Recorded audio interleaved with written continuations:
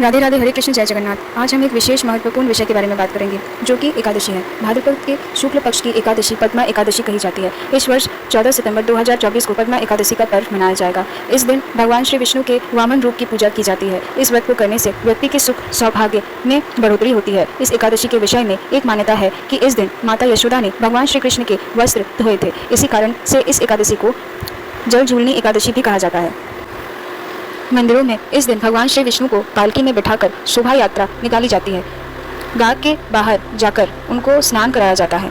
इस अवसर पर भगवान श्री विष्णु के दर्शन करने के लिए लोग सैलाब की तरह उमड़ पड़ते हैं। इस एकादशी के दिन व्रत कर भगवान विष्णु जी की पूजा की जाती है। इस व्रत में धूप, दीप, नैवेद्य और पुष्प आदि से पूजा करने की विधि विधान है। एक तिथि के व्रत में 7 कुंभ स्थापित किए जाते हैं। 7 कुंभों में 7 प्रकार के अलग अलग धान्य भरे जाते हैं।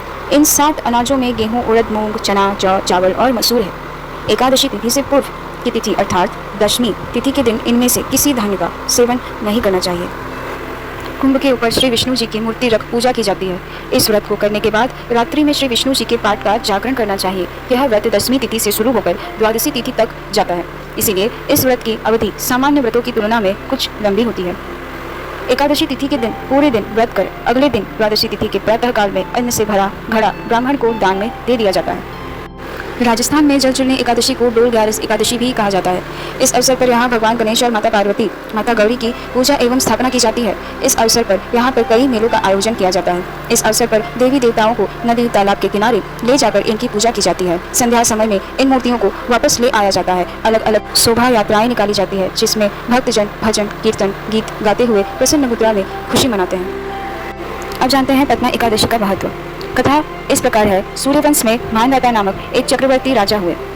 उनके राज्य में सुख संपदा की कोई कमी नहीं थी। प्रजा सुख से जीवन व्यतीत कर रही थी। परंतु एक समय उनके राज्य में 3 वर्षों तक वर्षा नहीं हुई। प्रजा दुख से व्याकुल थी। तब महाराजा भगवान नारायण की शरण में जाते हैं और उनसे अपनी प्रजा के दुख दूर करने की प्रार्थना करते हैं।